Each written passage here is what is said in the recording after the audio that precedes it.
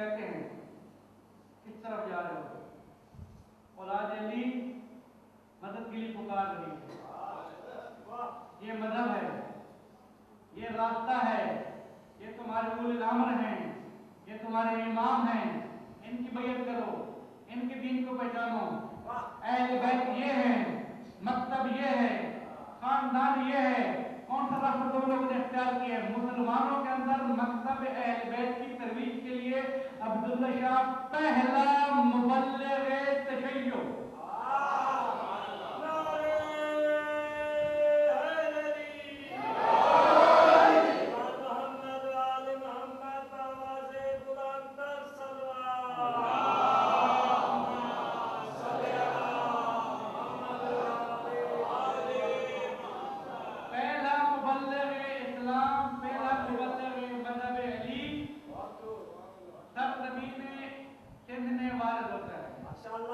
تبلیغ کرتا ہے اور دوران تبلیغ اطلاع ملتی ہے کہ آپ کے بابا اور آپ کے چچا دونوں شہید ہو جاتے ہیں. آپ واپس نہیں آنا ورنہ حاکم آپ کی بھی تلاش میں ہے.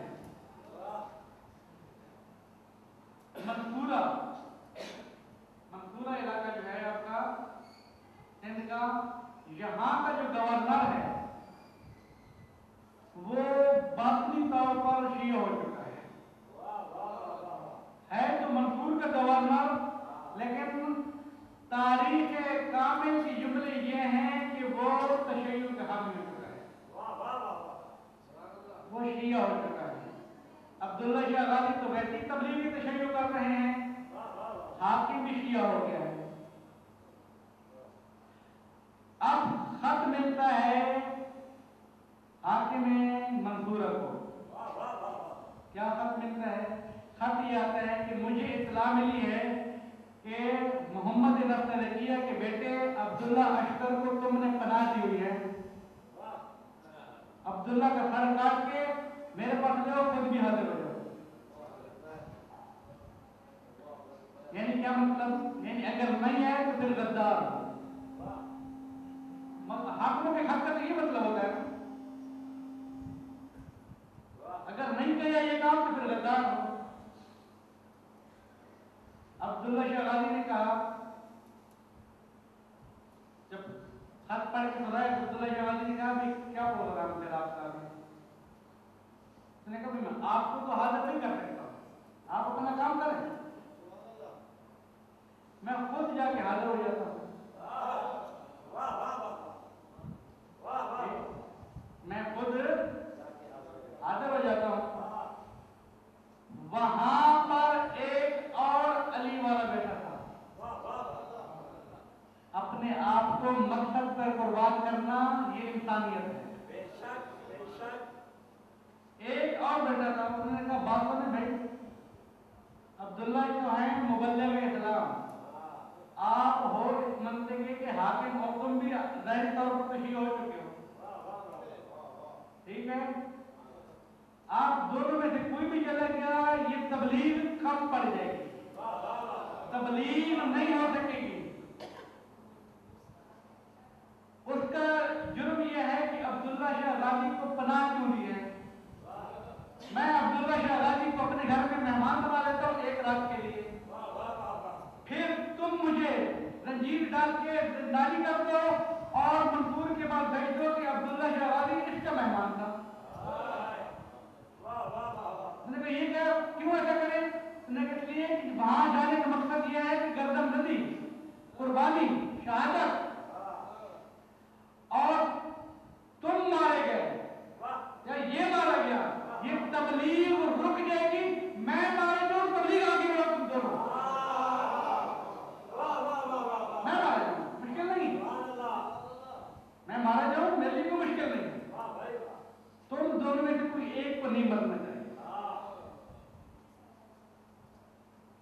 نے کہا بات تو ٹھیک ہے.